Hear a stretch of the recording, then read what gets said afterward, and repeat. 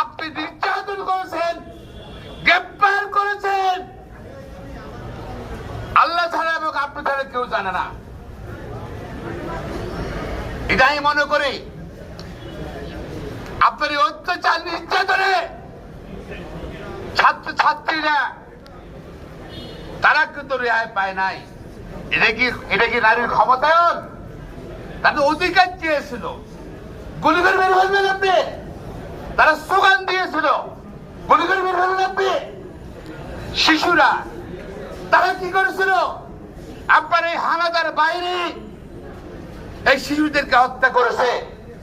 আপনি কষ্ট লাগে না?